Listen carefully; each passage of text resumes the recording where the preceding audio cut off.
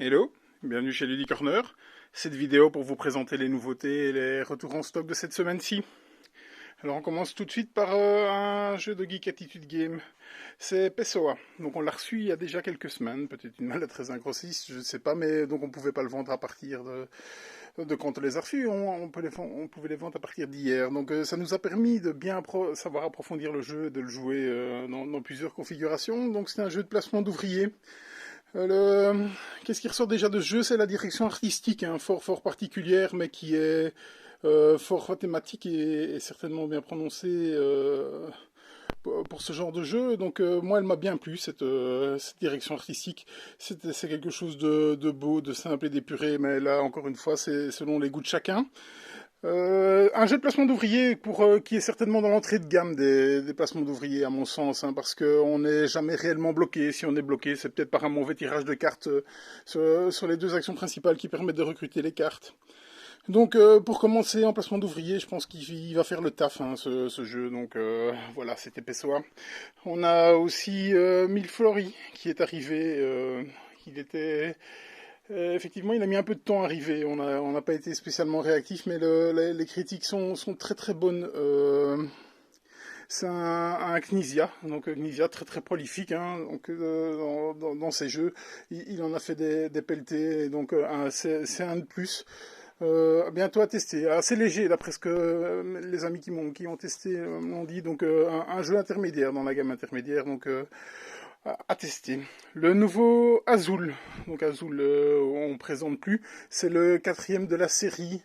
Le jeu phénomène, hein, surtout le premier qui était totalement excellent de par le fait que tout le monde y trouvait son compte, du joueur le plus chevronné au plus novice, tout le monde savait jouer à Azul, c'était bien. Et puis il y a eu un tome 2 qui était peut-être un peu en deçà et un tome 3 qui est certainement le meilleur au point de vue gamer.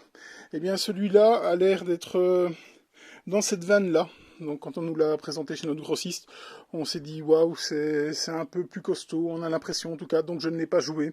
Je vais essayer ce week-end vraiment pour me faire mon avis. J'ai un peu l'impression qu'on s'éloigne un tout petit peu de l'esprit Azul, mais pour en venir plus vers le troisième opus qui est nettement plus stratégique. Et ça c'est pas pour me déplaire, donc j'ai hâte de me faire un avis définitif sur ce jeu, ça va être pas mal. Et alors lui aussi, hein, c'est devenu un classique à la longue, hein, donc un jeu de backbuilding, les charlatans de Belcastel. Si vous n'êtes pas allergique à la change, je vous le recommande parce que il est un peu jouissif dans ses combos, dans la pioche. C'est très fun de pas faire exposition de son chaudron. Et donc là, il revient dans une méga box. Donc vous avez le jeu de base et ces deux extensions, les sorcières sans mêle et les alchimistes. Donc voilà, c'est leur big box à eux.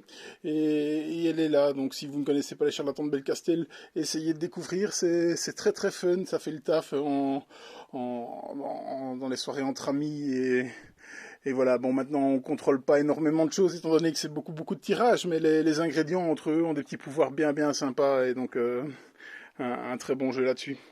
Donc celui-là aussi, il me tarte vraiment de l'essayer. Fantastic Fabric, c'était issu d'une campagne participative qui a été localisée par Lucky Duck Game, ce qui se fait énormément via Lucky Duck Game. Et donc il est arrivé par chez nous. Là aussi une direction artistique fort engagée, hein, donc on aime ou on n'aime pas, pardon. Moi personnellement, là, ça m'attire déjà. J'ai vraiment envie d'y aller, mais c'est surtout par la mécanique du jeu. On est sur un jeu intermédiaire, hein, je pense, et j'ai quand même pas mal envie d'essayer parce que c'est un peu, on va essayer de construire son industrie avec des cartes et on va essayer de faire des actions les plus puissantes possibles avec des dés. Donc très envie. À mon avis, ce week-end, il passera sur ma table. Ça fait un peu Dexter, ça, mais voilà. Donc je vais certainement essayer ce jeu qui m'attire très fort. On a une toute mini extension de Carcassonne qui est arrivée. Donc c'est les présents. Euh, j'ai pas beaucoup d'infos sur ça, mais enfin, les aficionados et les collectionneurs de Carcassonne, ils trouveront leur compte, surtout dans les mini-extensions. Si c'est comme les mini-extensions qu'il y a eu avec une des premières vagues qui sont introuvables et qui s'arrachent à prix d'or, il faudra peut-être pas la rater celle-là. Aussi une franchise hein, qui perdure et qui a déjà annoncé, il me semble, une édition Star Wars par après Marvel. Donc ils commencent de plus en plus à faire la licence, à exploiter leur licence. Disney a un réservoir hein, là-dedans. Et donc c'est la quatrième extension de Villainous qui vient avec 3 nouveaux méchants. J'ai plus trop retenu le nom, je sais bien qu'il y a Gaston dedans et les 2 autres, j'ai plus trop retenu le nom. Mais donc que dire de Villainous? Voilà, vous allez jouer les vilains de Disney et essayer de faire des crasses aux os tous en gagnant vos parties. Donc quatrième extension pour cet opus.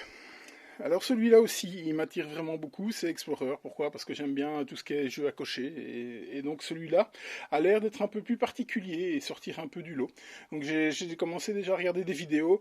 Et ça m'a bien donné envie, même si on est sur un jeu familial. Hein, donc une complexité familiale. C'est plus une espèce de flip and wide. Donc vous allez retourner une tuile avec un certain nombre de terrains. Donc vous allez mettre un certain nombre de croix dans votre domaine. Un jeu d'exploration où il va falloir essayer d'aller chercher un maximum de bonus.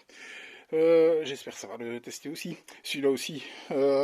Passé un peu inaperçu, hein, pourtant avec le nom de l'auteur, Richard Garfield, qui est quand même le papa de Magic et pléthore d'autres jeux. Hein, il n'a pas fait que ça. Il en a fait tellement. Dungeon Dice and Dangers. Là aussi, on est sur un roll and ride. Et donc là, je suis très très intrigué de savoir qu'est-ce qu'il a pu nous pondre pour... il est toujours très très fin en trouvant des mécaniques bien particulières. Et là, on a un roll and ride. Donc apparemment, ça va être un dungeon crawler en roll and ride, d'après ce que j'ai vu. Il va falloir éviter des pièges et tout. Donc très très très envie d'y aller hein, sur celui-là. On a rentré aussi la gamme des Echoes, qui sont des petits escape games, on pourrait dire. Donc des petits jeux d'enquête où vous allez devoir découvrir ce qui s'est passé à l'aide d'une application qui va émettre des sons ou des bruits qui vont vous donner des indices. Donc c'est assez particulier, ça donne envie en tout cas. Donc ces petits jeux d'enquête sont très très peu renouvelables, comme un peu à l'instar des Unlock, mais voilà, il y en a qui ont bien sorti leur épingle du jeu et Echoes en fait partie visiblement parce que le succès est là. Je pense aussi à la gamme Exit, hein, donc, mais surtout Unlock, hein, qui est vraiment le chef de file de cette voie ludique, en tout cas. Au niveau des retours, par contre, donc on a rencontré des Ephios, hein, parce on en avait rentré quelques boîtes et c'était parti à une vitesse mais grand V. Et donc Ephios est de nouveau revenu. Donc vous allez devoir vous faire des alliances avec des cartes que vous allez donc recruter. Pas de retour de mon côté parce que pas encore testé. Paper Dungeon aussi est revenu, le fameux Roll and Ride. Et celui-là, il faut vraiment que j'ouvre une boîte pour m'obliger à le jouer parce que la première vague, j'ai pas eu l'occasion tellement le succès a été fulgurant. Et donc très très envie d'y aller. Et mon chouchou aussi est revenu, hein, The Smoky Valley. Mais ce jeu est terrible, mais il sait qu'elle brûle le neurone. C'est un Spielworks, une maison que j'aime pas mal, hein, donc que j'ai connue peut-être sur le tard, je sais pas, avec La Granja qui avait été localisée par Pearl Games. Excellent jeu, super jeu. Et The Smoky Valley, j'ai adoré, mais vraiment adoré, adoré. Et donc je suis très très content qu'il soit revenu. C'est de la VO, donc est-ce qu'il y aura une VF? Je sais pas, je parierai pas spécialement là-dessus parce que c'est un jeu de niche, hein. C'est du gros jeu, faudra. Je ne sais plus combien de temps on a joué, mais au moins 3 heures avec 1 heure de règle, il me semble. Et donc, grand plaisir pour ce jeu un peu austère d'un point de vue graphique, mais bon, on est dans ce que les Allemands savent faire, hein, donc voilà, donc un gros coup de cœur pour The Smoky Valley. Je suis très content qu'il soit revenu. On a aussi eu l'extension de Pipeline, mais elle est partie à une de ses vitesses, donc j'en ai pas à vous présenter. Et donc aussi cette vidéo le samedi, pourquoi? Parce que toutes nos nouveautés sont arrivées, mais vendredi après-midi. Donc le vendredi après-midi, c'est un peu compliqué de faire la vidéo, donc voilà pourquoi cette vidéo le samedi matin. Mais donc comme vous pouvez le voir, tout est bien rentré. On passe au jeu de la semaine. Hop, ça n'est pas coutume, on va pas très loin. Ah, voilà, c'est Fantasy Realms. Alors Fantasy Realms, c'est pas nouveau, ça c'est sûr, parce que WizKids l'avait déjà fait il y a quelques années. Il avait déjà même été localisé, il me semble, par Edge dans une VF. Et donc là, Don Panning Games, l'année passée, fin de l'année passée, hein, l'a relocalisé. Et il a même été nommé au Spiel, hein. Donc ce petit jeu de cartes ultra simple, mais ultra simple. La règle doit être, c'est 4 lignes. La règle, à votre tour de jeu, vous devez prendre une carte ou bien de la pioche, ou bien de la défausse. Vous avez cette carte en main, et vous devrez toujours avoir cette carte en main. C'est-à-dire que la carte que vous avez prise, vous devrez en remettre une dans la défausse. Donc voilà, c'est ultra simple. Je viens de vous expliquer le jeu. Mais qu'est-ce que ce jeu fonctionne? C'est des combos, hein, c'est jubilatoire, hein, parce que chaque carte a une famille à qui elle appartient, donc elle a son nom, elle a ses points de victoire ici, et elle a soit un bonus, soit un malus, ou soit les deux. Mais il y a énormément d'interactions entre les cartes. Et donc, une carte vous dit, ah ben, cette carte-là, eh bien, elle annule celle-là. Donc, simplement, vous la retournerez. Donc, à la fin de la partie, vous ne marquerez pas de points. Vous avez juste cette carte, hein, pour marquer vos points. Et il y a des cartes qui valent 2, 3 points, mais qui ont un bonus, mais surpuissant. Et il y a des cartes qui valent 40 points, mais qui sont retournées par beaucoup, beaucoup de cartes. Donc, ce qui fait qu'il va falloir jongler avec ce genre de choses et jongler avec sa stratégie aussi, surtout.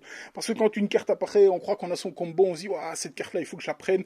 Je la prends, puis on se rend compte, et ça m'est arrivé à 2 reprises, que je marquais plein de points, mais j'avais une carte qui retournait une de ces cartes-là. Et donc, pour finir, ça ne marquait pas de points. Et donc là, c'est vraiment jubilatoire. On est sur des parties assez courtes, hein, un quart d'heure, 20 minutes. Donc on l'a testé à 3 et à 4. Donc il se joue de 2 à 6, il y a une variante à 16 joueurs dans la règle, qui me semble fort intéressante, hein, mais qui ne se passe qu'en draft. Et là, ça me plairait quand même bien d'essayer de tester cette variante. Ça doit être assez sympa. À 2, j'ai peut-être un peu des doutes, mais d'après ce que je vois sur BGG, ce serait une de ses meilleures configurations. Moi, j'ai préféré à 3, parce qu'à 3, ça tourne vraiment bien. Donc on a enchaîné les parties, hein. C'est super rare dans mon cas d'enchaîner plusieurs parties d'affilée là-dessus, même si j'avais déjà joué ce jeu-là il y a plusieurs mois. Et il m'avait vraiment bien plu, de mémoire c'était à 4. Et donc ici on a enchaîné les parties à 3, on en a fait 4 d'affilée, il me semble. Et hier on l'a encore rejoué. Donc Fantasy Realms va s'installer certainement dans un classique du genre, hein, vraiment, parce que il a déjà sa renommée, il est revenu, on était très très content qu'il soit relocalisé par Don Panic Game. Et voilà, je pense qu'il va vraiment s'installer comme peut-être un chef de file de ce genre de jeu, parce qu'il y a quelques jeux, hein, qui arrivent ou qui sont là en français, dont le tournoi de Camelot, il me semble qu'il y a un peu une mécanique un peu similaire que j'ai pas encore eu le temps de tester et que je vais essayer ce week-end. Donc voilà, c'était mon coup de cœur de la semaine, c'était Fantasy Realms, et on vous dit à bientôt chez Ludie Corner.